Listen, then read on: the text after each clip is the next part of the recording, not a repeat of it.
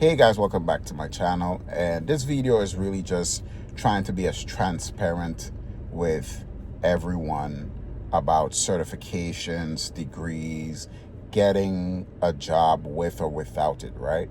And I want to be as transparent as I can be. Now, I work with people at my job that do not have the same credentials as me. They don't have the same credentials. They don't have the amount of credentials that I have, but they work the same exact job that I work, right? They have the same title that I have, right? Not sure if they get paid more or not, but from what I know, I think everyone start out around the same, and it's up to you to do what you got to do to get these different raises that you can get, right? So you start work, you put your best foot forward, and then you just grind from there, right? Now, I do work with people that are in positions that's a little bit higher than me that still don't have the same amount of credentials as me, right? So that alone should let you know that credentials alone really don't mean nothing. We talking about like the real world, right? We're not talking about, okay, I'm getting all these certifications just to get these certifications and degrees and making videos about them. I'm talking about the real world. Like in reality, some of the people that I work with, for instance, they're just starting to work on their A plus. Now, an A plus is really like entry beginner certification. Like if you're trying to break into information technology, that's like the first certification that people will tell you to get. Oh, work on the A plus, work on the A plus. And some people been working same position, same level that I'm on, and they don't even have the A plus. Just started working on it, or they just got it, right? And I have my A plus, Net plus, Security plus, CYSA plus, Pen Test plus, Linux plus, all these different plus, right? And I got my Google cybersecurity cert, my degree, all these things. And these guys don't have none of these things, right? The most some of them have is a degree, but apart from that, if they get one or two certs, yeah, okay. But most people, they're just starting, right? Because you got to remember, IT a lot of times is an entry level role. Like you don't have to have as much experience to show, like how you would need to be a network engineer or cybersecurity analyst and these things. All those other roles that I just named, you have to have a little bit more to give, right? Okay, you have all these credentials. Now you have to have some kind of technical skills. You got to have maybe a portfolio with the different projects that you did and stuff. Now, don't get me wrong, right? I'm not saying that some IT roles wouldn't ask for this, but most people that you hear talk about IT roles and how to get into IT, they'll tell you it's one of the easiest roles to get in.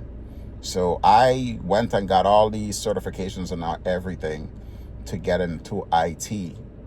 And some people don't have half of what I got, and they in the same job, same role, probably getting paid the same, who knows, right? And they're elevated in their job too, right? Some of these guys, they're not getting certification after certifications and degrees after degrees and getting elevated. They're doing what they're supposed to do. They're working, they know what needs to be done. And they're still getting elevated, even if they're not getting a whole lot of certifications and stuff, right?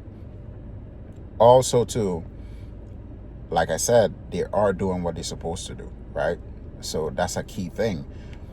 When you start working in IT, you're going to learn on the job, and every company run things differently, right? So what that means is everything that I learn from this company that I work with, if I have to go and work as an IT support specialist at another company, it's still going to be different. I might still need a week or two to learn how they do things, because there's many ways to do things, right?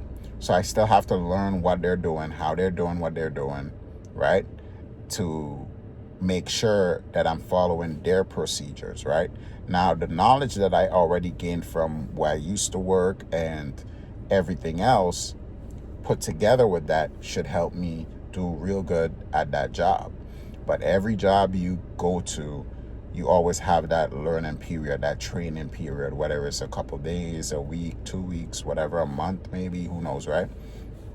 So just keep that in mind, for the guys out here and the girls out here trying to get into IT, their first IT role, never worked in IT before, probably have some computer background in some way, right? Who knows? And you just trying to get that first IT job, right?